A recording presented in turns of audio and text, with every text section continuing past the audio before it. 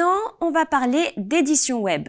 Dans ce sujet, 4 nouveautés de l'éditeur de page pour enrichir vos UI et vous faciliter l'édition. Alors la première, c'est sur le champ table, la deuxième sur le champ planning, la troisième sur le champ flexbox, et la quatrième, elle va vous éviter des dizaines de couper, décaler, copier, coller et vice-versa. Allez, je commence avec le champ table. Donc j'ouvre la page partenaire, c'est une page particulière.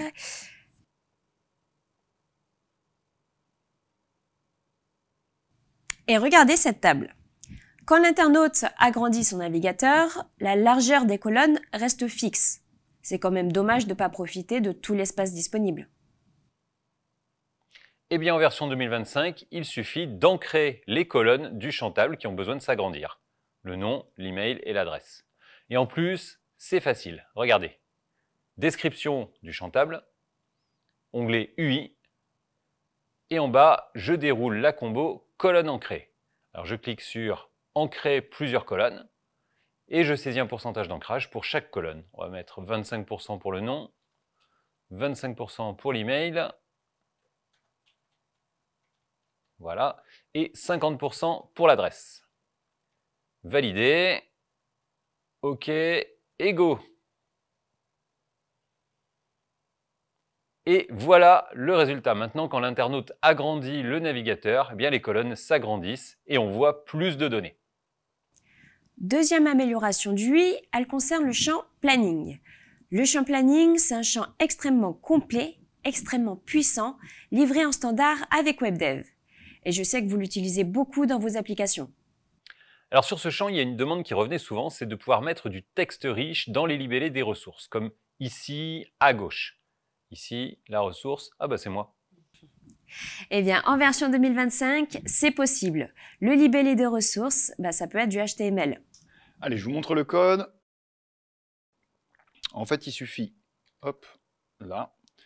Il suffit de passer le code HTML, c'est ce qu'on voit ici en rose, directement à la fonction wlangage, planning, ajoute, ressources. Super facile.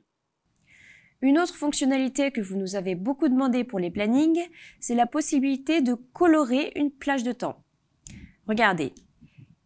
Ici, la plage du mercredi matin, elle est colorée en orange pour Uber. En un clin d'œil, l'utilisateur sait que Uber est en déplacement en clientèle le mercredi matin. Alors pour colorer une plage de temps, eh bien j'utilise tout simplement la nouvelle fonction wlangage, planning, couleur fond. Et si vous souhaitez colorer une plage pour toutes les ressources, par exemple une journée de formation pour tout le monde, il suffit de donner une chaîne vide, ici, pour le nom de la ressource. Maintenant, je vous parle des Flexbox pour la troisième nouveauté. C'est tout simple, mais ça change la vie. Regardez, dans cette page, j'ai utilisé un champ Flexbox pour afficher un formulaire de création d'un partenaire. La totalité du formulaire est comprise dans un champ Flexbox. Il est ici à droite. Alors je vous rappelle, la Flexbox a des avantages en édition et en exécution. En édition déjà, tous les champs sont automatiquement alignés et uniformément espacés. Donc si je supprime un champ dans la Flexbox, les autres champs se replacent automatiquement. Donc il n'y a pas de trou. Et tout ça, c'est la Flexbox. Et en version 2025, il y a une super nouveauté pour l'édition des Flexbox. Alors regardez, je sélectionne le champ Flexbox, Entrée, la zone d'édition s'agrandit et je peux maintenant voir directement tous les champs qui sont dans la Flexbox. C'est super pratique. Et cette nouveauté, elle est importante, parce que je vous rappelle que la taille en édition, c'est la taille minimum du champ à l'exécution. Donc, on l'édite à la taille choisie, mais sous l'éditeur, on voit tout le contenu. Et la dernière nouveauté que je voulais vous montrer pour l'édition, elle évite d'avoir mal aux doigts. Regardez. Ici, je veux supprimer la Flexbox. Ok. Non, mais je voulais garder les champs, Marc. Ah, bon CTRL Z, et du coup, il faut que je sorte tous les champs un par un, c'est ça? Ben non, Marc. La nouveauté, c'est qu'il y a un nouveau choix de menu. Alors, dans le ruban, onglet modification, refactoring et permutation, supprimer en conservant les fils.